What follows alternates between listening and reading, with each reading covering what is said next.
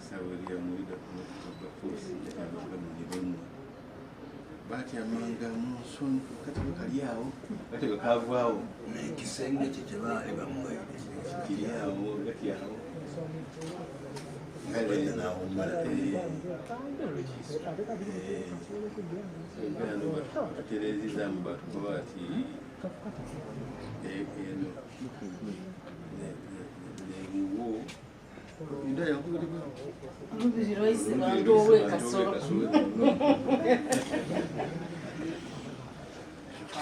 The ATB hospital and also the Iganga district hospital. For 6 weeks we are doing our internships there to learn from you guys, see how your healthcare system is set up, and have an experience over there. Share your experience with the people and the food. They also cook. They take time to cook on the open fire. ngabo tulidukira wona aye ngawo wayogera watukoba ndi kasolo Busoga maka number 1 abantu abandi bagola bakwebuuza amaka kasoli number 1 etia number 1 ebintu bikamala number 1 that wife yali ngalo kasolo but bale tunumbale kumukyala minisa we bugembe akobya ati kasolo ebe kyomuliro kyo wedenga mu mule anoza kigambo kyona ife emikono gyaffe gino myerere gizira mu kantu emyoyo gyaffe myerere gizira mu nsalwa kale sebo okuddako kusamusaino mama waffe bwe yafa daadaawo tagulaga eddwaliro mu mayina ge nti ate nakitimba baluna Memorial Hospital twa tulikola maternity abantu balwalirenga mu aye kabiri abantu bakuba ti maternity gabawe banefe numero bamusudda twalifulali beddwaliro ebigwani abantu bona abana ekiseera bona akola program ni mama maida mwabona eddwaliro eryo kuola toda kujja Namungalwe kabiri ovuyo gotnikujakaza okubona eddwaliro tegeka lunakulamba oide kasolo oide obona eddwaliro mama wena nga botalekulekerera mwana wo mudugulu kutambula yenka tusaba nti waida kumuyamba.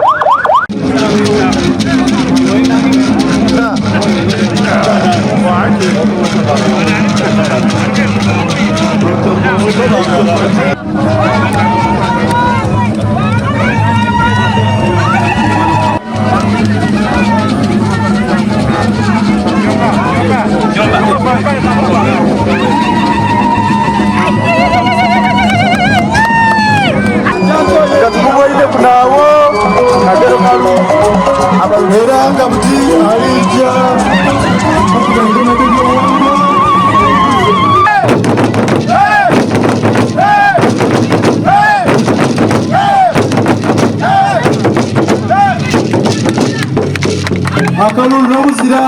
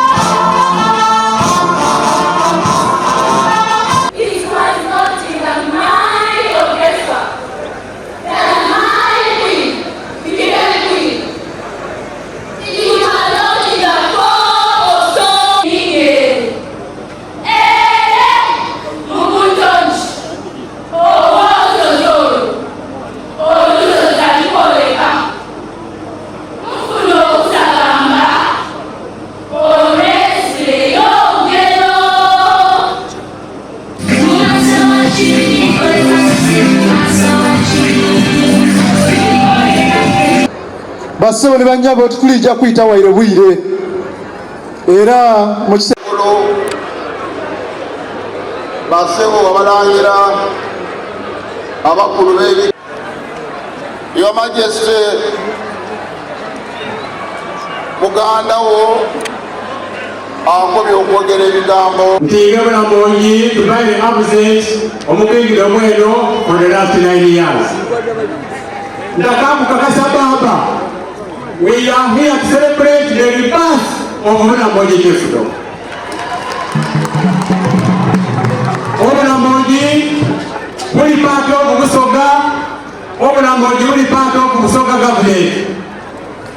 Busoga can be without Kaliro, but Kaliro can't be without the rest of Busoga. Baba, in conclusion, in all that period of absence in your kingdom, Baba, number one, Baba, oikiriye olubiri lwa Baba waisu Kaliro tukusaba etiimu yo eya Busoga eize eyongera okulutereera twongera okuba nestu tusaba nti Gabula Monyi Baba tusaba bintu byonna byonna tuhaire mu Busoga tukuganyire as a district government of Kaliro. Baba Gabula Monyi kasulire embaga era bali kulima. Baba kasulire emipaliso okuzewa mu mbuga amadwaliro abantu bali kuzaalira kwa Kaliro bali kuzaalira okulipaliso. Baba kasulire ebintu bingi amaizi bali kutandika okusira Gabula Monyi aye tusaba nti Baba ibere eyo cabinet Prime Minister Waison, give us a special minister for Gabula Monyi affairs in your cabinet. Baba ntakakwebanya abakungu b'ObwaKyabazinga ndako kusiima Obaba waisu Ahmed Osman Nuru agenda n'omukisa kika omumugayi akolera omulimu omunene nnyo okumobilizinga abantu abe Gabula Monyi okwirahamu. Baba, nenda okwongera okusiima owekitiibwa Professor Dr. Lubega yeena akubye enkungaana eriwera mu Gabula Monyi okubona nti Gabula Monyi eya mu nteeko okubya amagana ne Basoga banaife. Finally, nenda okwebaza owekitiibwa ono mukali aye mukazi musajja Dr. abali wano Buluwa Mama Kigangu. Baba ekigangu kyali Kaliro era kyavuma mu maani agati nga Baba oikiriza. Majesty, we have representatives of 9 breweries. Your Majesty, we have representatives from Al-Hajj Uganda Limited. Your Majesty, we have representatives of Bitco, Uganda. Your Majesty, we have representatives from Huawei, Uganda. Your Majesty, we have representatives from all the media houses in Busoga. They have done a great job. Your Majesty, we have Baba TV here. Your Majesty, we have Smart TV here. Allow me once again to thank our sponsors who have enabled us to have zawadi la kazibwe mama kusangairo kubona wewa leyo wewa kubana mife ilikwenda kusawa eno okwaniriza Honorable Justice Katema ndikabona okwegaga mungane basabo ni banyamo nanirize Hajj namyaro Abija wa office na chairman wa movement ya Uganda Yona ndikwenda okwaniriza His Worship Daniel Ekoku ndikwenda okwaniriza ba MP mwenamwena abali wano Alex Brown Mchintu Honorable Chibaria Honorable Kanado Honorable David Aga Honorable Muuma Honorable Omulangira ESCO Honorable Kisa Honorable Kadogo okuva mu East Africa Honorable Muwala wake Maria Iganga Honorable Waliomu Honorable Sauda Alibao Honorable John Taylor mto wange Honorable Nakato okuva ebiyenge mu kiseera kyali kino ndikwenda okwaniriza ba LC5 chairman abaliwo nawo wene nayaliza chairman yawumula Titus Isambira akena member wa Service Commission ndikwenda okwaniriza Deputy Prime Minister Namandala Professor Rwega akena ni chairman wa Muslim Civil Council Mosi yona ya Uganda tulikwenda okwebaza Katonda nti office eyo yaira mu office yetu naenda okwaniriza mto wa mukulu wange Second Deputy Prime Minister Osman Nur kasebo ne banyabo mungane sawe nalirize baganda bange okuva Uganda ndikwenda okwaniriza Oweekitiibwa Noah Kiyemba Minister Olukiiko and Protocol Office sebo nsanyusa okukulaba ndikwenda okwaniriza Oweekitiibwa Miss Kakomo sebo tusangayo okubona ate naye mutwala ebyokulima mu Uganda naye n'okwaniriza Oweekitiibwa Nelson Kawalya Speaker eyawumula owa Buganda Lukiiko naye n'okwaniriza Oweekitiibwa Katabwire Minister External Relations n'awalala naawo ndikwenda okwaniriza abalangira n'abambedda abafiira e Buganda lisiti yangeruwa anone munyetere lisiti y'abalangira n'abambedda abafiira e Buganda aye ngamukaaliwo enaawo ndikwenda okusaba ttiimu eviira e Buganda n'abakyabazinga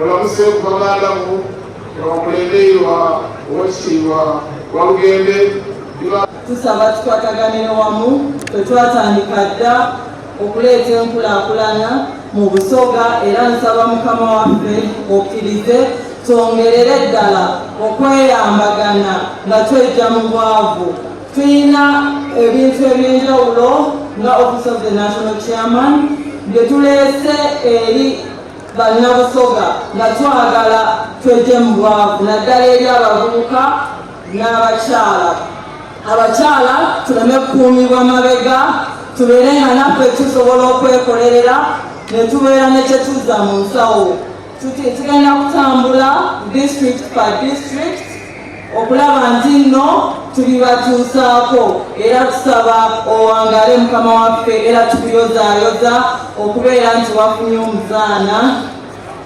agenda okukuuma olubeerera nga twegattira wamu ne gavumenti yaffe tukusaba Mukama waffe okkirize tukusiime nga Office of the National Chairman era okkirize taata tukwataganire omu naffe. Tulina ba coordinators aba Busoga sub-region era tulina ne twayise nabo tusaba okkirize tukwataganire wamu tukulaakulanye era bannabusoga mwenna mwegattire wamu mu government programs tulina emiyoga parish model n'ebirala mu nkola ya president eya value addition. Tugenda baleetera ebyuma ebyenjawulo okutandika n'omwezi ogujja tusobole okwejja mu bwavu. Tusaba jajja amaleyo paka ku baloti nga ne Kyabazinga kwakungakunga era wagerekera obwebusoga nga temuli njawukana twegattire wamu n'abaliko baddeko mwebalemu mwebalire ddala.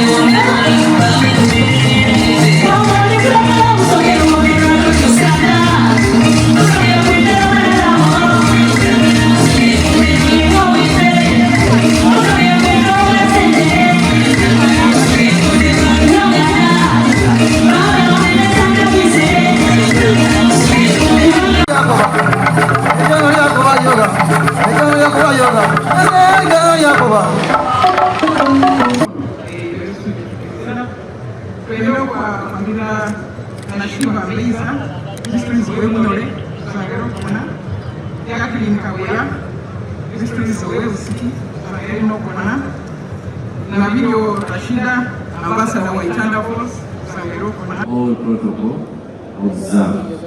Odeyo asebo ibanyabo.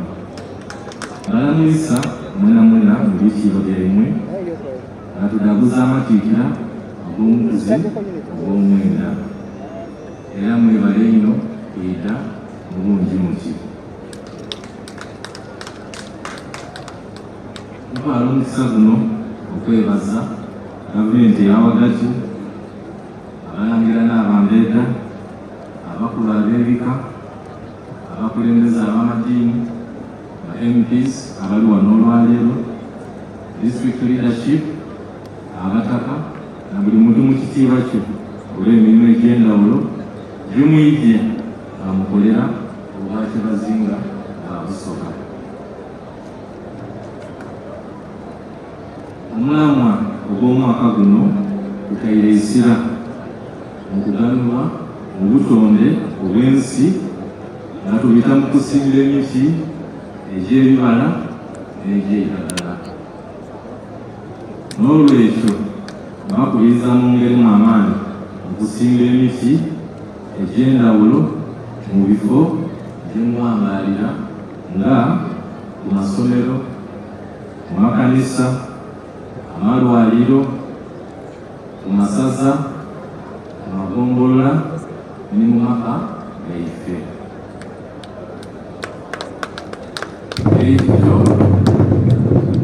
Ekyo kijja kutusobozesa okukuuma obutonde bwaife. Ensambo n'endala bakubiriza okwongeramu okulima emmere gimutemu amaanyi musobole okutunda emmere eno yemunaaba mulimye tusobole okufuna empiiya erinatusobozesa okwetuusaaku ebyetaago mu maka gaife. Ate era tukiisweko emmere erinasobola okulya waka tusobole okuba abantu abalamu mu mbeera yonna yonna. Eri abavubuka bakubiriza okwetaba mu bintu ebibazimba nga ebyobusuubuzi, okusoma, okulima,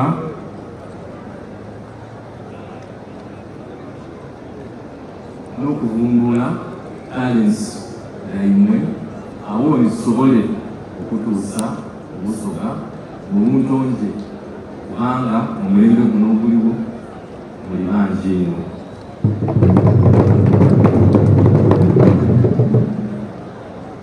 Kigulu omanyikiibwa ng'abantu ab'obuvunaanyizibwa ab'emirembe ate era abakolera walala.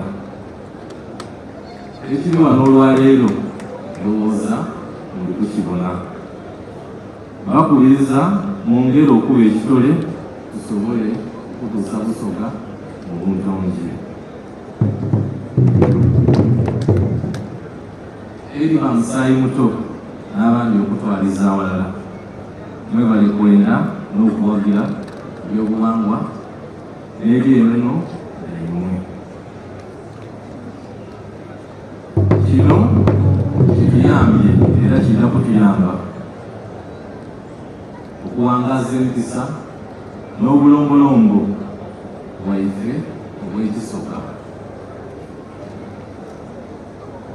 Nebaza abadde partners baife omuli MTN Uganda, National Drug Authority, District Leadership mu bitiibwa byaimu, members of Parliament, Uganda National Oil Company Limited, Bidco, Busoga Rice, Shira Motors, National Planning Authority, OK Initiative, Shira College Butiki, Mineral Water, Highland Water, Nipeps, ekoze emirimu kamaala. Ayongera okwebaza Aba Media Group, Vision Group, Next Media, Busoga 1FM, NBF FM, UBC, n'abandi mwena mwena mu bitiibwa byammwe olw'emirimu egy'endawulo gye mukoze era gye mukaakola. Nongera okwebaza Cabinet y'ObwaKyabazinga Bwa Busoga ekulemberwa Katuukiro ate ni Chairperson Organizing Committee ow'ekitiibwa Mafumo Richard n'akakiiko okoze nako emirimu gino omukolo guno gwaba muno. Naye bagiri nga bayonoola kibutunda ettaka. ObwaKyabazinga Bwa Busoga kibutunda ettaka. Ekyo nekatookere olwatu olwaleero. Era ObwaKyabazinga Bwa Busoga buli zinga wa ettaka. Era nga ku liize ze zaakagabibwa kuziraku individual oba kuziraku lease ya muntu yenna okutoolaku ebitongole ebikulaakulanya ObwaKyabazinga. Nkwala omukisa guno okubategeeza nti yenna aliyo era ebintu byonna byankulaakulana oli wayiddenga okuyita mu ObwaKyabazinga kwaba wa leases ku mataka gano kubanga tulina okubona Busoga eri kutambula aye nga bino bitukoba tuli kwogera ku bintu birabira bantu mirimu ng'amakolero n'ebindi kamaala.